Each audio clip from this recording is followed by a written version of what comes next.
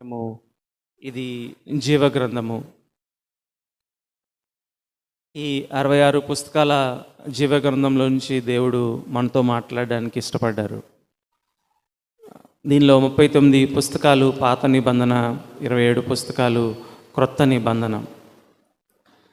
ఒక భక్తుడు ఏమన్నారంటే, the old testament is incomplete without the new, and the new testament cannot be understood without the Old Testament.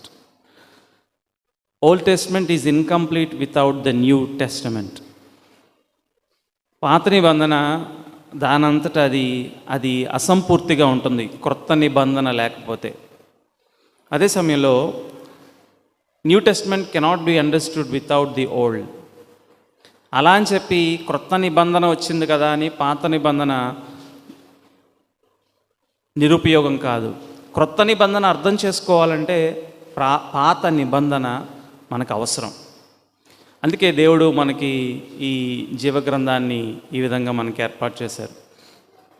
అయితే దేవుడు తను ప్రాథమికంగా మాట్లాడేది ఈ జీవగ్రంథం కనుక దీన్ని అర్థం చేసుకోవడానికి మనం మన సమయాన్ని వెచ్చించాలి. అయితే చాలాసార్లు పాత నిబంధనలోని అనేక వాక్య భాగాలు మనకి అర్థం కావు, లేకపోతే దాన్ని ఎలా అన్వయించుకోవాలనే సందేహం మనకి కలుగుతూ ఉంటుంది. నేను దాన్ని ఎలా అన్వయించుకోవాలి, లేకపోతే ధర్మశాస్త్రంలో చెప్పబడిన అనేక విషయాలు అవి నాకు సంబంధించినవి కావు కదా, నేను దాన్ని ఎలా అన్వయించుకోవాలి అనే సందేహం కలుగుతుంది. అయితే మనం సమయాన్ని వెచ్చించి ఈ వాక్య గ్రంథాన్ని మొత్తం అసలు మనకి ఎందుకు ఇవ్వబడింది, దాని ఉద్దేశం ఏంటో మనం పరిశీలనగా జాగ్రత్తగా గమనించినట్లయితే దాని ఉద్దేశం మనకి స్పష్టంగా అర్థమవుతుంది. రెండు విపరీత లక్షణాలు మనకు కనిపిస్తూ ఉంటాయి. కొంతమంది ఏంటంటే ఈ దినం కూడా రక్షింపబడిన విశ్వాసులు కూడా వారు పాత నిబంధన కూడా ఉన్నట్టుగా పాటించాలి అనే ఒక ఎక్స్ట్రీమ్లో ఉంటారన్నమాట.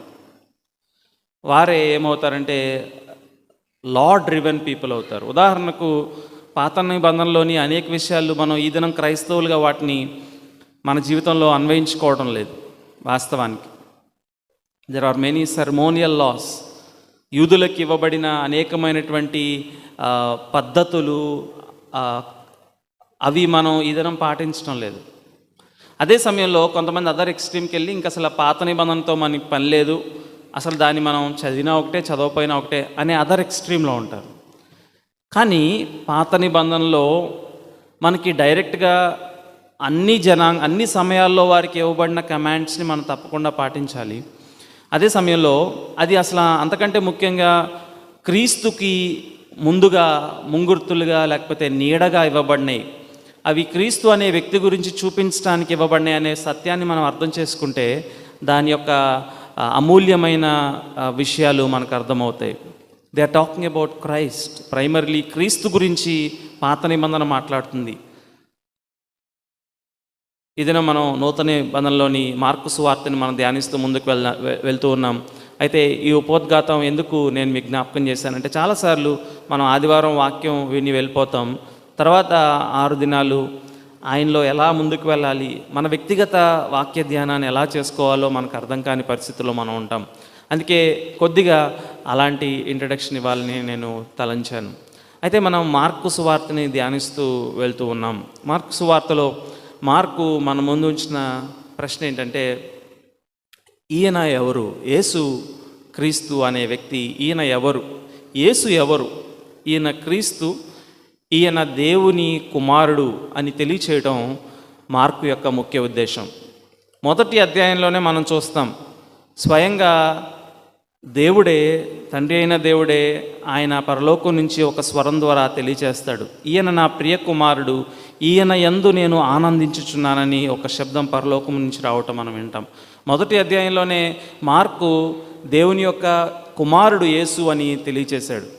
కానీ ఆ విషయం అర్థం అవడానికి, మానవులకి అర్థం కావడానికి చాలా సమయం పట్టింది. దయ్యాలు కూడా ప్రకటించినాయి, ఈయన దేవుని కుమారుడు అయిన నీకు మాతో నీకేమని అవి మాట్లాడతాయి. ఆ తర్వాత కానీ 16వ అధ్యాయంలో ఎప్పుడైతే ఒక శతాధిపతి ఈయన నిజముగా దేవుని కుమారుడే అని ఒప్పుకున్న సమయంలో మార్కు సువార్త ఎండ్ అవుతుంది. అది అప్పటి వరకు ఒక మానవుడు యేసుక్రీస్తు వారిని దేవుని కుమారుడు అని అంగీకరించడం జరగలేదు. ఎందుకంటే దేవుని కుమారుడు అనే ఒక పదము, ఒక టైటిల్, అది సామాన్యమైంది కాదు. అది దేవుని కుమారుడు అని చెప్పడం అంటే ఈయన దేవుడు అని చెప్పడం. He is God himself. The son of God is God himself. మనం చాలాసార్లు అనుకుంటాం దేవుని కుమారుడు అంటే ఆయనకంటే ఈయన తక్కువేమో అని. కానే కాదు, దేవుని కుమారుడు అంటే హీఈస్ గాడ్ హిమ్సెల్ఫ్. ఆయన దేవుడు అని చెప్పడం. ఇది మొదటి శతాబ్దంలోని నిష్ఠులైనటువంటి యూదా మతాన్ని ఆచరిస్తున్న వారు ఒక మనిషిని దేవుని కుమారుడు అని చెప్పడం అనేది చాలా సెన్సేషనల్ అన్నమాట. అది సామాన్యమైన విషయం కాదు. అది ఒక విధంగా మరణదండనకు అర్హమైన తప్పు. అలాంటి విషయాన్ని మార్కు బయలుపరుస్తూ అంటున్నాడు. ఒక శతాధిపతి చివరిలో ఆ విషయాన్ని గ్రహిస్తాడు. అయితే ఈయన ఎవరు అని తెలుసుకోవడం మాత్రమే కాదు, మార్కు సువార్త మనకు నేర్పిస్తున్న పాఠం ఏంటంటే ఆయనను వెంబడించటం అంటే ఏంటి. What does it mean to follow this son of God. ఆయన దేవుని కుమారుడు, ఈయన మెస్సయి అని తెలుసుకోవడంతో సరిపోలేదు. అయితే ఈయన దేవుని కుమారుడైతే ఆయన్ని వెంబడించడం అంటే ఏంటి. What does it mean to follow him. ఆయన్ని వెంబడించడం అంటే అర్థం ఏంటి నిజంగా మన జీవితాల్లో. ఏ మార్పులు మన జీవితంలో ఈ దైవ కుమారుడు మనలో తీసుకుని వస్తారు అనే విషయాన్ని మనం ఈ రెండిటిని అర్థం చేసుకుంటూ ముందుకు వెళ్తూ ఉన్నాం. అయితే చిన్న చిన్న వాక్య భాగాలనే మనం ధ్యానిస్తూ ముందుకు వెళ్తున్నాం. తద్వారా మనకి స్పష్టంగా అర్థమవుతుందని. మార్కు సువార్త ఇదిన మనం మార్కు సువార్త 2వ అధ్యాయము 18వ వచనం నుంచి 22వ వచనం వరకు ఉన్న వాక్య భాగాన్ని మనం ధ్యానిద్దాం. అంతకుముందు మనం గమనించాం, అక్కడ యేసుక్రీస్తు ప్రభువారు లేవి అని ఒక అల్ఫయి కుమారుడిని, ఆయన సుంకపు మెట్టునద్ద ఉన్న ఆ సుంకరిని పిలిచినప్పుడు ఏ విధంగా అనేక మంది ఆయన్ని ప్రశ్నించారో, ఆ తర్వాత ఆ సుంకరి అనేక మంది తన స్నేహితులైన పాపులను సుంకరులను ఆహ్వానించి విందుకు పిలిచినప్పుడు యేసుక్రీస్తు ప్రభువారు వారితో కూడా భోజనం చేస్తూ ఉన్న సమయంలో అక్కడున్న కొద్దిమంది ఆయన్ని ప్రశ్నించసాగారు. ఈయన దేవుని కుమారుడైతే, ఈయన మెస్సయి అయితే సుంకరులతో సహవాసం చేస్తున్నాడేంటి. అప్పుడు యేసుక్రీస్తు ప్రభువారు ఒక మాట అన్నారు, పాపులను రక్షించుటకు మనుష్య కుమారుడు ఈ లోకంలోనికి వచ్చాడు, రోగికే కదా వైద్యుడు కావాల్సింది అన్న విషయాన్ని తెలియచేసి అక్కడ ఆయన మాట్లాడినట్లు మనం చూస్తాం. అయితే ఈ అధ్యాయంలో తర్వాత 3వ అధ్యాయం 6వ వచనం వరకు కూడా యేసుక్రీస్తు ప్రభువారికి మరియు ఆయన పరిశీలిస్తున్న కొంతమంది మత అధికారులు కానీ, మతాన్ని నిష్టగా పాటిస్తున్న వారు కానీ ఆయన్ని ప్రశ్నిస్తూ ఆయన్ని ఈ యాంటగోనిజం అంటే ఈ శత్రుత్వం పెరిగిపోతూ ఉంటుందన్నమాట. యేసుక్రీస్తు ప్రభువారికి ఆయన్ని దగ్గరగా పరిశీలిస్తున్న ఈ కొద్దిమంది పరిసయ్యులు కానీ, పరిసయ్యులు కానీ, లేకపోతే శాస్త్రులు కానీ, లేకపోతే హెరోదీయులు కానీ, లేకపోతే యోహాను శిష్యులు కానీ, వీరందరూ నిష్టగా మతాన్ని పాటించేవారు అన్నమాట. వీరు యేసు ప్రభు వారిని చూస్తూ ఉన్నప్పుడు ఆయన్ని పరిశీలిస్తున్నారు. ఈయన చెప్తున్న మాటలు నిజమేనా? అంతకుముందు ఇదే అధ్యాయంలో ఆయన పక్షవాయువు గలవాన్ని పాపములు క్షమింపబడినవని ప్రకటించాడు. దేవుడే కదా పాపాన్ని క్షమించేది, ఈయన దేవుడని చెప్పుకుంటున్నాడేంటి అని అప్పుడు ఆలోచించుకున్నారు. అయితే ఈ పైభాగంలో ఉన్న విషయాన్ని వారు బయట పెట్టారు. ఇక్కడ మరొకసారి శత్రుత్వం యేసుక్రీస్తు ప్రభువారి పట్ల వారికి పెరుగుతున్న ఆ భావాన్ని మనకి ఇక్కడ తెలియజేస్తుంది. 18వ వచనం 2వ అధ్యాయం. యోహాను శిష్యులను పరిసయ్యులను ఉపవాసము చేయుటకద్దు. వారు వచ్చి యోహాను శిష్యులను పరిసయ్యుల శిష్యులను ఉపవాసము చేయుదురు కానీ నీ శిష్యులు ఉపవాసం చేయరు, దీనికి హేతువేమని ఆయనను అడుగగా ఇటకద్దు. ఆ దినాల్లో యోహాను శిష్యుల్ని చాలా ఉన్నతంగా పరిగణించేవారు. కారణము మనం మొదటి అధ్యాయంలో చూసాం. యోహాను యొక్క బాప్తిస్మం ఇచ్చి యోహాను యొక్క జీవితాన్ని చూసాం. ఆయన ఏం ప్రకటించాడో చూసాం. ఆయన మెస్సయ్యకు ముందు ఏ విధంగా తగ్గించుకున్నాడో చూసాం. అయితే ఆ దిన సమాజంలో యోహాను శిష్యులంటే చాలా ఉన్నతంగా భావించేవారు. వారికున్న అలవాట్లు కానీ, వారి పద్ధతులు కానీ, వారి మత ఆచరణ కానీ చాలా ఎగ్జాంపులరీగా భావించేవారు. యోహాను శిష్యుల గురించి బహుశా మార్క్ ఇంకెక్కడ మాట్లాడు, ఒకే ఒక చాట 6వ అధ్యాయంలో మాట్లాడతాడు. యోహాను తల తెగ నరకబడిన తర్వాత ఆయన దేహాన్ని తీసుకుని వెళ్ళి వీరు పాతి పెట్టడం జరుగుతుంది. అయితే యోహాను శిష్యుల గురించి మార్క్ ఎక్కడ మాట్లాడు కానీ, అయితే సాధారణంగా వారు చాలా ఉన్నతమైన ఒక స్టాండర్డ్ని చూపించేవారు. కారణం, వారి బోధకుడైన యోహాను, బప్తిస్మం ఇచ్చి యోహాను ఒక మాదిరిని వారికి ముంచి వెళ్ళాడు. అయితే అదే సమయంలో ఇక్కడ యోహాను శిష్యులను పరిసయ్యులు ఉపవాసం చేయుటకద్దు. పరిసయ్యులు కూడా చాలా ఆ దినంలో వారు మతాన్ని ఆచరించే విధంగాని, అప్పటికే 2 శతాబ్దాలుగా వారు ఒక ఉన్నతమైన స్థానాన్ని సంపాదించుకున్నారు. మతాన్ని ఉన్నట్టుగా పాటించటం, ధర్మశాస్త్ర పాండిత్యము, దాన్ని పాటించే విధానంలో పరిసయ్యులంతా ధర్మశాస్త్రానికి దగ్గరగా ఉన్నవారు ఎవ్వరూ లేరేమో. బహుశా యేసుక్రీస్తు ప్రభువారు కూడా వారి ఆలోచన విధానానికి, లేకపోతే ధర్మశాస్త్రం గురించి వారు చక్కగా ఉన్న విషయాలు ఎక్కడ విభేదించలేదు. కానీ వారికి ఉన్న ఒక విషయం ఏంటంటే, ధర్మశాస్త్రం యొక్క ఇంటర్ప్రిటేషన్, దాని అర్థం చెప్పుటతో పాటు కొన్ని భౌతికమైన అలవాట్లు లేకపోతే సాంప్రదాయాలను కూడా జోడించారు. యేసుక్రీస్తు వారు ధర్మశాస్త్రాన్ని పాటించే విషయంలో ఎప్పుడు వారితో విభేదించలా. ధర్మశాస్త్రం దేవుని యొద్ద నుంచి అనుగ్రహింపబడిన మాట, అది దేవుని యొక్క వాక్కు, అది దేవుని యొక్క ధర్మము, దానిలో లోపం లేదు. కానీ వీరు దాన్ని అర్థం చేసుకునే విధానము, దానితో పాటు వారు జోడించిన సాంప్రదాయాలు, ఒకవైపేమో ధర్మశాస్త్రం ఉంది, ఈ ధర్మశాస్త్రాన్ని ఇంటర్ప్రేట్ చేసి వారు దాని భావం చెప్పి, ఈ ధర్మశాస్త్రం ఇలా చెప్తుంది కాబట్టి మనం ఈ సాంప్రదాయం చేస్తేనే అది పాటించినట్లు. అంటే ధర్మశాస్త్రం బోధించని విషయాలు వీరు సంజోడించి ఆ సాంప్రదాయాలను కూడా ధర్మశాస్త్రంతో సమానంగా వారు చేయడం ప్రారంభించారు. యేసుక్రీస్తు ప్రభువారు దాన్ని విభేదించారు. వారు ధర్మశాస్త్రాన్ని అర్థం చేసుకున్న విధానాన్ని, ధర్మశాస్త్రంతో పాటు సాంప్రదాయాన్ని జోడించిన విధానాన్ని ఆయన విభేదించారు. మనం ఈ దినం కూడా మన జీవితాన్ని ఒకసారి పరిశీలించుకుంటే, లేకపోతే క్రైస్తవ సమాజాన్ని జ్ఞాపకం చేసుకున్నట్లయితే, everyone claims that I have the meaning of the word. ప్రతి ఒక్కరు కూడా నా దగ్గర ఈ వాక్యం యొక్క భావం ఉంది, నేను కరెక్ట్గా దీన్ని అర్థం చేసుకుంటున్నాను. అదే సమయంలో వాక్యానికంటే కూడా నేను అర్థం చేసుకున్న భావానికి ప్రాముఖ్యత ఎప్పుడైతే మనం ఇస్తామో, అక్కడే మనం పప్పులో కాలు వేస్తాం. మనం ప్రాధాన్యత ఇవ్వాల్సింది దేవుని యొక్క స్టాండర్డ్ అయిన వాక్యం, కానీ దాని అర్థానికి లేకపోతే మనం అర్థం చేసుకున్న విధానం కాదు. Not our subjective thinking of the word. మన ఆలోచనని వాక్యం మీద రుద్దటం కాదు, కానీ వాక్యం తనంతట తాను ఏం చెప్తుందో, దానంతట అది ఏం చెప్తుందో దాన్ని మనం పాటించాలి.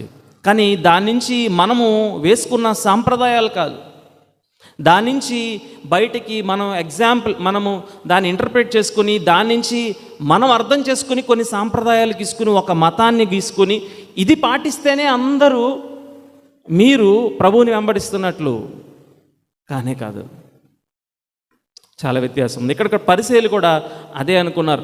మేము అర్థం చేసుకున్న విధానమే కరెక్ట్, మేము అర్థం చేసుకున్న దానిలో నుంచి వచ్చిన ఈ సాంప్రదాయాలు, అంటే బహుశా వాస్తవానికి ఇక్కడ వారు చేస్తున్నది ఏంటంటే, యోహాను శిష్యులను పరిసయ్యులను ఉపవాసము చేయుటకద్దు. వారు రెగ్యులర్గా ఉపవాసం ఉండేవారు. వాస్తవానికి ఉపవాసాన్ని చేయడాన్ని యేసుక్రీస్తు ప్రభువారు ఎక్కడా తప్పు పట్టలేదు. అయితే పాత నిబంధనలో ఒకే ఒక సమయంలో తప్పకుండా ఉపవాసం చేయాలని వారందరికీ ఆజ్ఞ ఇవ్వబడింది. అది ప్రాయశ్చిత్తము చేయబడే దినం, on the day of atonement.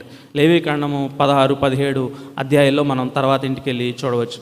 అక్కడ వారందరూ ప్రతి సంవత్సరము వారి పాపాలు పరిహరింపబడటానికి పాప పరిహారార్థ బలి అప్పగింపబడే ఆ దినాన్న అందరూ ఉపవాసం ఉండి వారు దుఃఖ దినాన్ని ఆచరించేవారు. అది వాక్యమే, ధర్మశాస్త్రమే, మోషేనే దేవుని ప్రేరణ ద్వారా వారికి సెలవిచ్చాడు. కానీ పరిసయ్యులు ఒక ఎత్తు ముందుకు వెళ్ళి వారు ప్రతి సోమవారం, ప్రతి గురువారం కూడా ఉపవాసం ఉండేవారు. యోహాను శిష్యులు కూడా అలాగనే ఉపవాసం ఉండేవారు.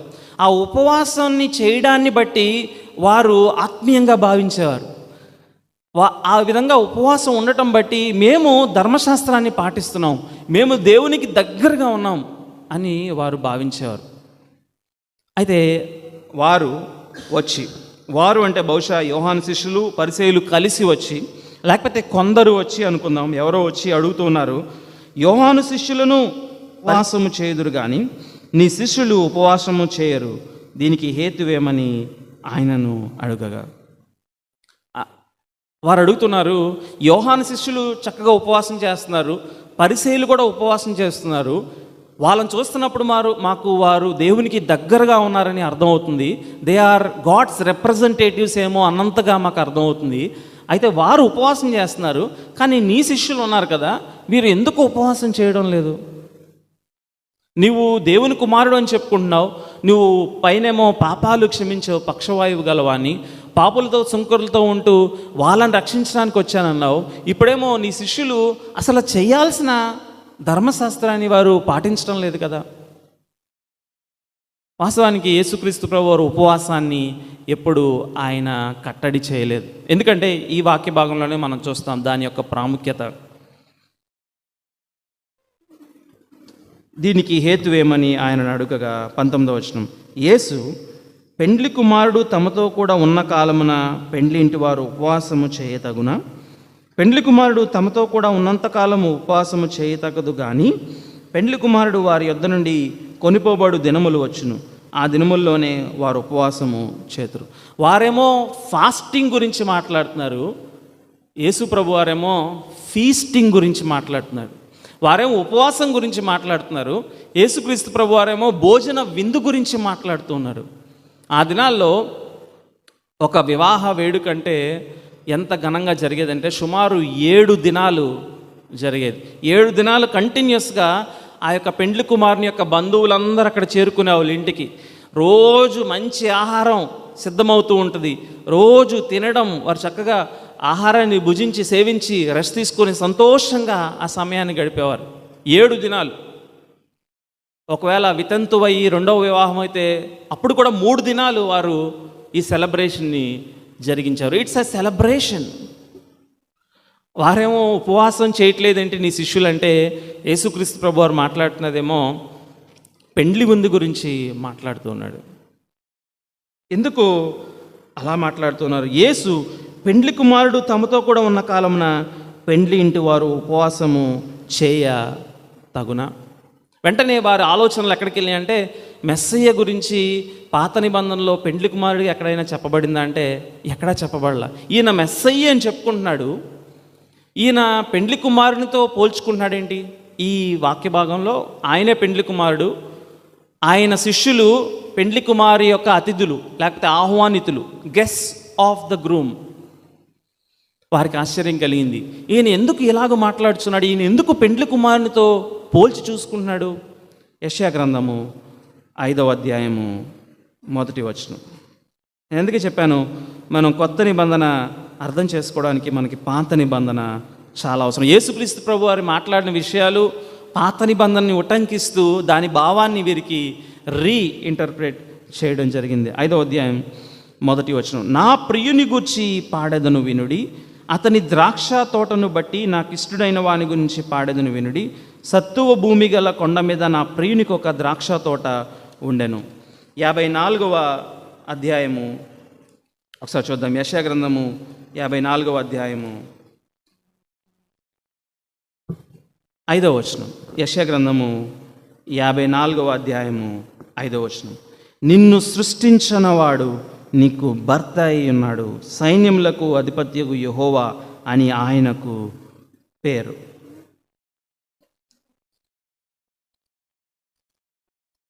అరవై 62వ అధ్యాయము 4వ వచనం. 62వ అధ్యాయము 4వ వచనం, విడువబడిన దానిని ఇక మీదట నీవు అనబడవు, పాడైనదని ఇకను నీ దేశము గురించి చెప్పబడదు. హెప్సిబా అని నీకును, బ్యోలా అని భూమికి పేర్లు పెట్టబడును.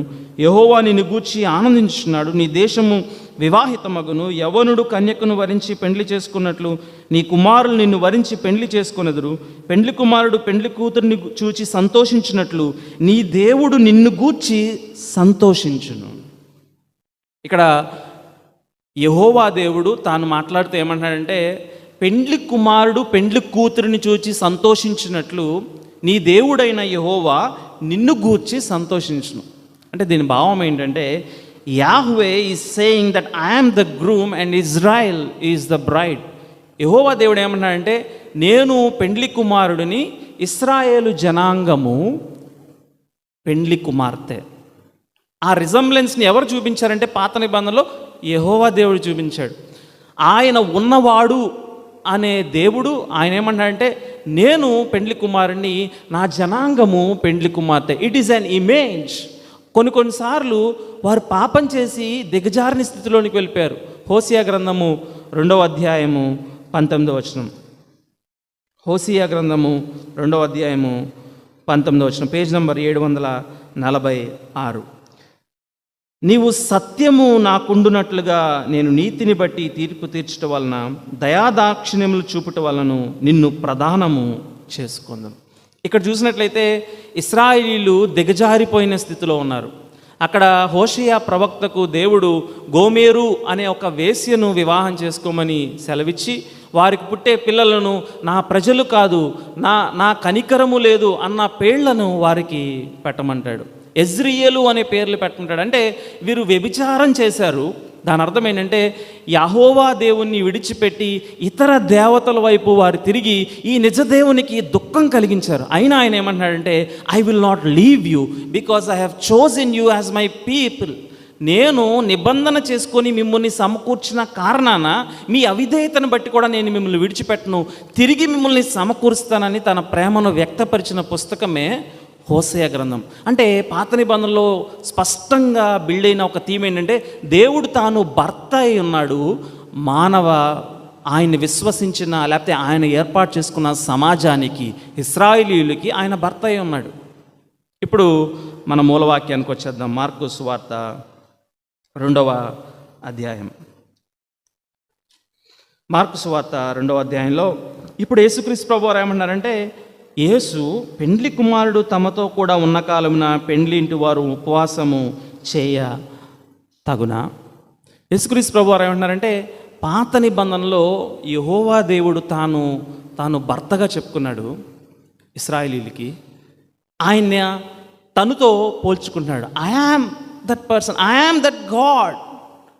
మనకు అర్థం కాలేదు, మనకు చాలా సమయం పట్టింది అర్థం చేసుకోవడానికి. పరిసయ్యులు వాక్య జ్ఞానం కలిగిన వాళ్ళు వెంటనే పసిగట్టారు, ఈయన యెహోవాతో ఈయన్ని జోడించుకుంటున్నాడేంటి? ఎవరైనా దేవదూషణ చేస్తే వారు రాళ్లతో కొట్టబడి చంపాలి. ఈయన వడ్రంగి కుమారుడు కాదా? ఈయన మరియ కుమారుడు కాదా? ఈయన మనవంటి వాడు కాదా? మనవంటి శరీరాన్ని ధరించిన ఈ సామాన్య మానవుడు ఈయన దేవుడిని చెప్పుకుంటాడేంటి? యేసుక్రీస్తు ప్రభువారు అంటున్నారు, పెండ్లి ఇంటి వారు ఉపవాసము చేయ తగునా. పెండ్లి కుమారుడు తమతో కూడా ఉన్నంతకాలము ఉపవాసము చేయతగదు. కానీ ఇక్కడ నేను పెండ్లి కుమారునిగా ఉన్నాను, నాతో ఉన్న నా సహచరులు, నా ఆహ్వానితులందరూ, నా శిష్యులు, వారందరూ నాతో కూడా ఈ సెలబ్రేషన్లో మేము ఉన్నాం. ఇప్పుడు వారు ఉపవాసం చేయడం తగదు. కానీ ఆ తర్వాత వచనంలో మనం చూస్తాం, 20వ వచనం, పెండ్లి కుమారుడు వారి యొద్ద నుండి కొనుపోబడు దినములు వచ్చును, ఆ దినముల్లోనే వారు ఉపవాసము చేతురు. వాస్తవానికి జరిగే విషయం ఏంటంటే, పెళ్ళి జరిగిన తర్వాత చక్కగా అందరూ, బంధువులందరూ, ఆహ్వానితులందరూ 7 దినాలు ఆ యొక్క సంబర దినాలన్నీ అయిపోయిన తర్వాత నెమ్మదిగా వారు ఒకరి తర్వాత ఒకరు వాళ్ళ గృహాలకి ప్రయాణిస్తారు. వారు ఈ పెండ్లి కుమారుడిని, పెండ్లి కుమార్తెను విడిచిపెట్టి వారు గృహాలకు వెళ్ళిపోతారు. కానీ వ్యత్యాసంగా ఇక్కడ ఏమన్నాడంటే, పెండ్లి కుమారుడు నేను కొనిపోబడు సమయం వస్తుంది, ఐ విల్ బీ లీవింగ్, నేను వెళ్ళిపోయే ఒక సమయం వస్తుంది, అప్పుడు వీళ్ళు ఉపవాసం ఉంటారు. చాలా వ్యత్యాసంగా క్రీస్తు ప్రభువారు మాట్లాడుతున్నారు. ఎందుకంటే కొనిపోబడటం అంటే దేని గురించి మాట్లాడుతున్నాడంటే, ప్రభు యెషయా గ్రంథము 53వ అధ్యాయము 8వ వచనం. యెషయా గ్రంథము 53వ అధ్యాయము 8వ వచనం.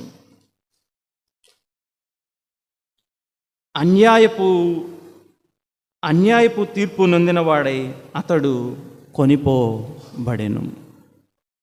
అన్యాయపు తీర్పు నొందినవాడై అతడు కొనిపోబడి. యేసుక్రీస్తు ప్రభువారు మాట్లాడుతున్న విషయం ఏంటంటే, నేను ఒక దినం కొనిపోబడతాను. దానియేలు గ్రంథంలో కూడా ఈ విషయాన్ని గురించి మాట్లాడుతూ 62 వారాల తర్వాత the Messiah will be cut off from his people. మెస్సయి తన ప్రజల నుంచి కొట్టివేయబడతాడు. He will be cut off. ఒక దినం రాబోతుంది, పెండ్లి కుమారుడు కొనుపోబడతాడు. అప్పుడు వీరందరూ ఉపవాసం ఉంటారు. ఆ సమయం వస్తుంది. మార్కు ఈ సువార్త రాస్తున్న సమయంలో రోమా చక్రవర్తి నీరో ద్వారా ఈ రోమియులైనటువంటి విశ్వాసులు, రోమన్ క్రిస్టియన్స్, వీరందరూ భయంకరమైన హింసను పొందుతూ ఉన్నారు. అప్పటికే యేసుక్రీస్తు ప్రభువారు 6వ అయిపోయారు. 50 సంవత్సరాలు అయిపోతుంది, సుమారుగా 30 సంవత్సరాలు 40 సంవత్సరాలు భయంకరమైన హింసను పొందుతున్నారు. నీరో యేసుక్రీస్తు ప్రభువారిని అంగీకరించిన ఈ క్రైస్తవులని హింసిస్తూ ఉన్నాడు. కొంతమందినేమో మసమసలాడే నూనెలో పడేస్తున్నాడు, కొంతమందినేమో భయంకరమైన జంతువుల మధ్య వారిని వేస్తున్నాడు, కొంతమందినేమో శిరచ్ఛేదనం ద్వారా చంపిస్తూ ఉన్నాడు. అటువంటి సమయంలో భయంతో ఉన్నవారు ప్రభు మాటలను జ్ఞాపకం చేసుకోవడానికి బహుశా మార్కు రాసి ఉంటాడు.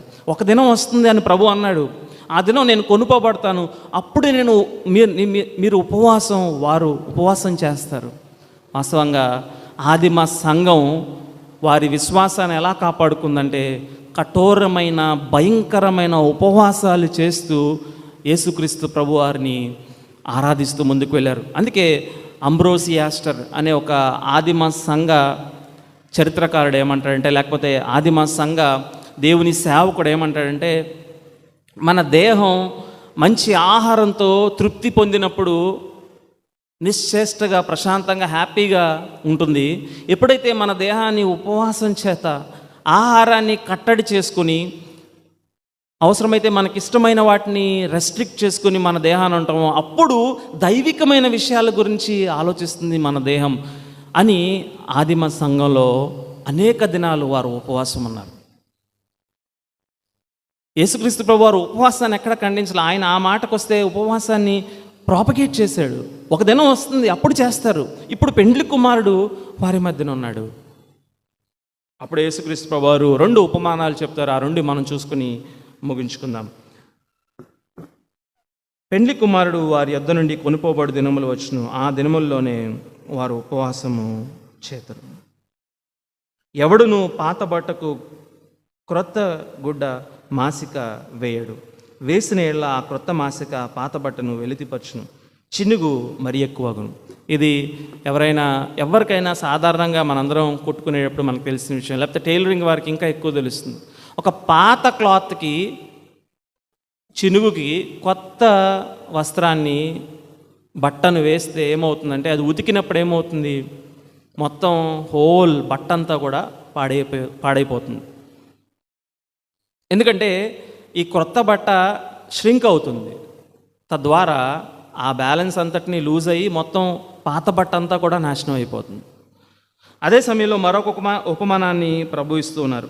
ఎవడును తర్వాత 22వ వచనంలో, ఎవడును పాత తిత్తులలో క్రొత్త ద్రాక్షారసం పోయడు, పోసిన ఎడల ద్రాక్షారసము ఆ తిత్తులను పిగుల్చును, రసమును తిత్తులను చెడును. అయితే క్రొత్త ద్రాక్షారసమును క్రొత్త తిత్తుల్లో పోయేవాళ్ళని చెప్పాను.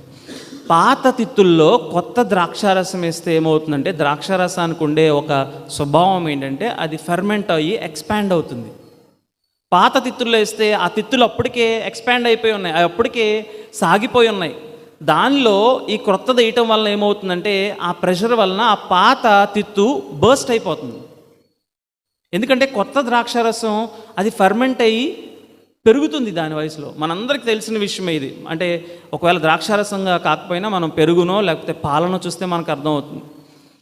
అది ఎప్పుడైతే లేకపోతే ఇడ్లీ పిండినో చూస్తే అర్థమవుతుంది. తద్వారా ఆ తిత్తంతా కూడా చిరిగిపోతుంది, స్పాయిల్ అయిపోతుంది. అందుకే క్రొత్త ద్రాక్షారసాన్ని కొత్త తిత్తుల్లో వేయాలి. ఎందుకంటే కొత్త ద్రాక్షారసం అది ఫర్మెంట్ అయ్యి పెరుగుతున్న సమయంలో ఈ తిత్తు కూడా పెరుగుతుంది, క్రొత్తది కదా, ఇది కూడా సాగుతుంది. కానీ పాతది అప్పటికే సాగిందయి ఇంకా అవకాశం లేదు. ఎందుకు యేసుక్రీస్తు ప్రభువారు ఈ ఉపమానాన్ని చెప్తున్నారు? ఒకటే ముఖ్య ఉద్దేశం, మన పాత ఆలోచన విధానాల్ని, మన పాత మత ఆచరణను యేసుక్రీస్తు ప్రభువారిని తీసుకుని వచ్చి దానిలో ఇమర్చాలని చూడటం ప్రమాదకరం. యేసుక్రీస్తు ప్రభువు అనే ఈ dynamic, he is one of a kind, he is different. ఆయన వ్యత్యాసం కలిగిన సజీవుడైన దైవ కుమారుడు. ఆయన మన జీవితంలోనికి ప్రవేశించినప్పుడు మనం పాత తిత్తులు అంటే పాత మత ఆచరణలు, పాత ఆలోచన విధానాలలో ఆ యేసుక్రీస్తు ప్రభువు వారిని జోడించాలి, లోపల పెట్టుకోవాలని ప్రయత్నిస్తే ప్రమాదం జరుగుతుంది అనే హెచ్చరిక. మేము కేరళ ప్రాంతంలో ఒకసారి మా ఫ్రెండ్స్తో కలిసి సువార్త పనిలో అక్కడికి వెళ్తూ ఉన్నాం, ఇంటింటికి వెళ్తూ ఉన్నాం. అక్కడ ఆ అవకాశం ఉంది. ఒక్కొక్క ఇంటికి వెళ్తూ ఉన్న సమయంలో ఒక గృహంలో మేము ప్రవేశించిన వెంటనే మాకు తెలియని భాషలో, వారికి అర్థమైన భాషలో ఆ కొంచెం మలయాళంలో చెప్తూ ఉన్నాం, యేసు ప్రభువుని నమ్ముకోండి, ఈయన మన కోసం ప్రాణం పెట్టిన నిజమైన దేవుడు అని చెప్పినప్పుడు ఆ కుటుంబం వారు మమ్మల్ని లోపలికి తీసుకెళ్లారు. ఇదిగోండి ఇక్కడ ఇవన్నీ బొమ్మలు ఉన్నాయి కదా, యేసు ప్రభువుని ఇక్కడ పెట్టాము, ఆయనలో కూడా యేసు ప్రభు అంటే మాకు చాలా ఇష్టం అండి, ఇదిగోండి వీళ్ళలో ఆయన కూడా ఒకడు, ఆయన కూడా స్థానం ఇచ్చాం, ఆయన ఎంత గొప్ప దేవుడు నుండి ప్రాణం పెట్టాడు, ఆయన వదిలిపెట్టిపోతే మనం ఆయన ద్వారా వచ్చే ఆశీర్వాదాలు మనం కోల్పోతాం కదండి, ఇదిగోండి సో అండ్ సో గాడ్, ఇదిగోండి ఇంకో దేవుడు యేసు ప్రభువుని కూడా ఆయన కూడా దేవుడే అండి. పాత తిత్తులలో క్రొత్త ద్రాక్షరసం ఇమ్మడదు. యేసుక్రీస్తు ప్రభువారు ఆయన మాట్లాడుతూ నేను మార్గము, నేను సత్యము, నేను జీవము అని అనలేదు. లేకపోతే నేను కూడా మార్గము, నేను కూడా సత్యము, నేను కూడా జీవము అని అనలేదు. నేనే మార్గము, I am the way, the truth and the way. No one can come to the father except through me. ఎందుకు క్రైస్తవులు అందరి వలె ఉండరు? అందరితో కలిసిపోయి చక్కగా మేమైతే మీరు ఇచ్చిన ప్రసాదాన్ని మీరు ఇచ్చిన ఇవన్నీ తీసుకుంటాం, మేము ఇచ్చిన ప్రసాదాన్ని మీరు తీసుకోరు. లేకపోతే మేమైతే మీరు చేసే పనుల్లో అన్నిట్లో పాల్గొంటాం, మీరు రమ్మన్న వాటిలో అన్నింటినీ మేము చేస్తాం, మాకేం పట్టింపు లేదు. మీరు మాత్రం ప్రతిదాన్ని ఎక్స్క్లూజివ్గా ఎందుకు చూస్తారు? కారణం, నా దేవుడు he is an exclusive God. He says I am the way. నేను మాత్రమే దేవుడిని, నాకు వెలుపల దేవుడు లేడు. ఈ స్టేట్మెంట్ని పట్టుకొని మనం సమాజంలోనికి వెళ్ళి ఆలోచించండి, ఒకవేళ ఈయన కూడా మార్గమేమో అనడానికి లేదు. ఆయన చెప్పిన మాట నేనే మార్గం. నువ్వు ఆయన్ని నమ్మితే, ఆయన్ని అంగీకరిస్తే నువ్వు బయటికి వెళ్ళి అదే చెప్పాలి, ఇంకా ఆల్టర్నేటివ్ లేదు. వాళ్ళు ఫీల్ అయినా ఆల్టర్నేటివ్ లేదు, వాళ్ళు బాధపడినా సత్యం కొన్నిసార్లు బాధపడుతుంది. కారణం ఆయనే మార్గం. ఆయన తీసుకొని పాత మత ఆలోచనల్లో మనం ఏమర్చలేము. అది యోధా మతంలో కూడా ఆయన్ని ఏమర్చడం సాధ్యం కాదు. రెండోదిగా మన జీవితంలో, మన ఆలోచన విధానంలో మనం అనుకుంటాం నేనంతా నార్మల్గానే ఉంటాను, యేసుక్రీస్తుని నమ్ముకున్నాను కదా, ఆయన నాకు పరలోక రాజ్యం ఇచ్చేస్తారు, ఇంకా నా సాంప్రదాయాలన్నీ మామూలే, నా ఆలోచన విధానాలన్నీ అలవాట్లన్నీ మామూలే, నా పాపమే, నా పాపాన్ని నేను విడిచిపెట్టను, ఎందుకంటే నేను పరలోక రాజ్యానికి వెళ్తున్నాను, అది ఫిక్స్ అయిపోయింది, నా పాపమే. ప్రభు అంటున్నాడు ఒక చారిత్రాత్మకమైన, ఒక సెన్సేషనల్ మాట అంటున్నాడు, unless you change your system. మన ఆలోచన విధానాన్ని మనం మార్చుకుంటేనే ఆ క్రొత్త ద్రాక్షారసమైన ఆయన మనలోనికి రాగలడు. Only the new vessel can fill the new wine. కొత్త తిత్తులే క్రొత్త ద్రాక్షారసాన్ని పట్టుకొనగలం. యువతకాల సమయంలో మనం ఆలోచించాల్సింది ఏంటంటే, ఈ యేసుక్రీస్తు ప్రభువారు మనలోనికి ప్రవేశించాలంటే ఈయన మన సిస్టమ్ని చారిత్రాత్మకంగా మార్చుకుంటూ వెళ్తాడు. ఒకప్పుడేమో మన జీవితం మరొకలాగుంది, ఈయన మన జీవితాన్ని మారుస్తూ ముందుకు వెళ్తాడు. ఒకప్పుడేమో 2 అడుగులు వేస్తూ ఉన్నాం, ఇప్పుడేమో ఆయన్ని మాత్రం సంతోష పెట్టడానికి మనం తీర్మానం తీసుకుంటాం. ఒకప్పుడు పాపం చేస్తూ పరలేదులే యేసయ్యని ప్రార్థన చేసుకుంటూ ఉన్నాం, ఇప్పుడు ఆయన మనలో తెస్తున్న మార్పు ఏంటంటే నేను పాపాన్ని ద్వేషించడానికి తీర్మానం తీసుకుంటాను. కారణం, అప్పుడే ఆయన నా ద్వారా ఆయన కార్యాన్ని జరిగిస్తాడు. నా ప్రాచీన స్వభావాన్ని నేను కలిగి ఉండి ఆయన నాలో మహిమ పొందాలంటే, లేకపోతే ఆయన నాతో కూడా ఉండాలంటే, లేకపోతే ఆయన నన్ను నిత్య జీవానికి చేర్చాలని ఆశిస్తే ప్రభు అంటున్నాడు అది పగిలిపోతుంది కదా, ఆ పాత బట్ట చిరిగిపోతుంది, కొత్త మాసిక ఆయన క్రీస్తు, ఆ పాత మాసిక అంటే మన సిస్టమ్ చిరిగిపోతుంది. క్రొత్త ద్రాక్షారసం వేసినప్పుడు పాత తిత్తులు అవి పగిలిపోతాయి. ఉదయకాల సమయంలో ఏ సాంప్రదాయాన్ని, ఏ ఆలోచన విధానాన్ని మన హృదయాల్లో మనం కొనసాగించుకుంటూ వెళ్తున్నాం? మొదటిగా పాపంతో ఈ పోరాటం జీవితకాలం అంతా కొనసాగుతుంది. కానీ ఒక నిర్ణయం తీసుకోవాలి, నేను పాపంతో పోరాడతాను. అది ఆలోచనలో కావచ్చు, క్రియల్లో కావచ్చు, సంబంధాల్లో కావచ్చు, లేకపోతే మరి దేనిలో అయినా కావచ్చు. I will take it as a challenge to fight with the sin in my life. నా జీవితంలోని పాపంతో పోరాడటానికి నేను తీర్మానం తీసుకుంటాను. చల్లారిపోయిన క్రైస్తవుల వలె మనం అందరం యేసే దగ్గరికి వెళ్తున్నాంలే అని సాదాసీదాగా సామాన్యంగా మన విశ్వాస జీవితాన్ని చేసుకోవద్దు. మనం దేవునికి సమీపమవుతున్న దినాలు, మనం దేవునిలో ఎదుగుతున్న దినాల్లో ఆయనకి మరింత సమీపంగా అవుదాం. ఎట్లా అంటే మన పాపంతో మరింతగా పోరాడదాం, పరిశుద్ధత సంపాదించుకోవడానికి మరింత పెనుగులాడదాం. రెండోదిగా, అందరితో పాటు నేను యేసయ్యకి కూడా స్థానం ఇస్తానంటే ఆయన అలాగూ ఇష్టపడ్డాడు. ఆయన కోరుకుంటున్నది, he wants to be exclusively Lord of your life. నీ జీవితానికి ఆయన మాత్రమే ప్రభువుగా ఉండాలని కోరుకున్నాడు. మరెవ్వరూ కాదు, మరి ఏ దేవుడు కాదు, నేను మాత్రమే దేవుడును, మరెవ్వడును లేడు. I am the only God. మూడవదిగా, మన సాంప్రదాయాలు, మన ఆలోచన విధానాలు, మన ప్రాచీన సాంప్రదాయాల్లో ఆయన ఇమ్మర్చాలనుకుంటే ఒకవేళ ఆయన శిలువ యాగాన్ని జ్ఞాపకం చేసుకుందాం. ఆయన మన దగ్గర నుంచి ఇంత మార్పుని ఎందుకు కోరుకుంటున్నాడంటే, ఎందుకు మన సిస్టమ్ అంతా మారాలని ఆయన కోరుకుంటున్నాడంటే, ఆయన అంతగా ప్రేమించాడు, అంతగా తాను ఇక్కడ ఒక మాట రాయబడింది, ఆయన కొనుపోబడ్డాడు. He was taken off, he was cut off. దానియేలు గ్రంథము 9వ అధ్యాయంలో ఆయన కొట్టివేయబడెను తన ప్రజల నుంచి. యెషయా గ్రంథం 53వ అధ్యాయంలో వధకు తేబడిన గొర్రెపిల్ల వలె మౌని అయి ఉండెను. గొర్రె బొచ్చు కత్తిరించి వాని ఎదుట మౌనంగా ఉన్నట్లు మౌని అయి ఉండెను. కారణం, నీ పాపాన్ని నా పాపాన్ని ఆయన మీద వేసుకొని అంతగా సిలువకు వెళ్ళిన ఆయన మన దగ్గర నుంచి ఆయన సంపూర్తిగా సమర్పణను కోరుకుంటున్నాడు. ఈ దినం మనం పాపంతో పోరాడి ఆయన కోసం జీవించాలని ఆయన ఇష్టపడుతున్నాడు. ఆయన వెంబడించడం అంటే ఇదే. ఆయన దేవుని కుమారుడని ఎరిగిన మనము ఆయన వెంబడించడం అంటే ఏంటంటే, మనం మన జీవితంలో పాపాన్ని పరిత్యజించుకొని విడిచిపెట్టి ఇతర సాంప్రదాయాలని ప్రక్కన పెట్టి, ఒకవేళ కొన్నిసార్లు మనం వ్యక్తుల్ని కోల్పోతామేమో ఈ ప్రయాణంలో, పర్వాలేదు, ఇది సత్యం అని తెలిసినప్పుడు ఆ వ్యక్తుల్ని కోల్పోయినా పర్లేదు, ఈ దేవుడి నుంచి నా దృష్టిని కేంద్రీకరించేది మరేది నాకు అవసరం లేదు, ఈ దేవుడు నాకు ప్రాధాన్యం, ఈయన తర్వాతే నాకు ఏదైనా అనే తీర్మానం తీసుకొని ఈ దేవుని కుమారుని వెంబడించడం అంటే అది. అట్టి కృప దేవుడు మనకి అనుగ్రహించునుగాక. ప్రార్థన చేసుకుందాం, బల్లకు సిద్ధపడదాం.